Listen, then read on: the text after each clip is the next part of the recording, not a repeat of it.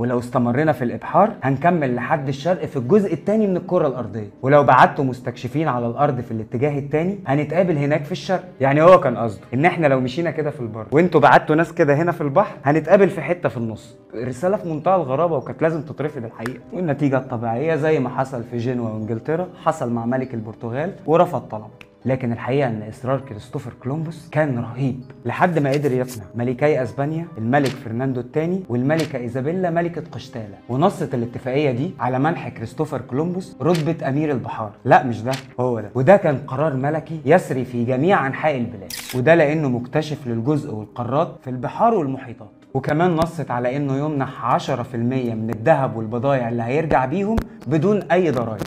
ومن بعد الاتفاق ده بدأوا بالفعل في تنفيذ قراره المناخولي. قرار كبير زي ده كان محتاج يتم تجهيز سفن ما كانش ليها مثيل قبل كده. عشان كده في ميناء بالوس دي لافونتيرا تم تجهيز 3 سفن ب3 احجام مختلفه، كانت على رأسهم سفينة القيادة اللي بيقودها كريستوفر كولومبوس سانتا ماريا، سفينة من نوع كرافيل تحت قيادة الادميرال كولومبوس، وكان فيها 84 بحار. اما السفينة التانية كان اسمها سفينة بنتا، وبرضه كانت من نوع كرافيل، وكانت بقيادة قبطانها وملكها مارتن الونسو، وكانت فيها 65 بحار. السفينة الثالثة والأخيرة كانت السفينة نينيا، وبرضه كانت من نوع كرافيل. واضح إن كرافيل دي كانت أهم شركة وقتها، يعني نيسان صني هذا العصر.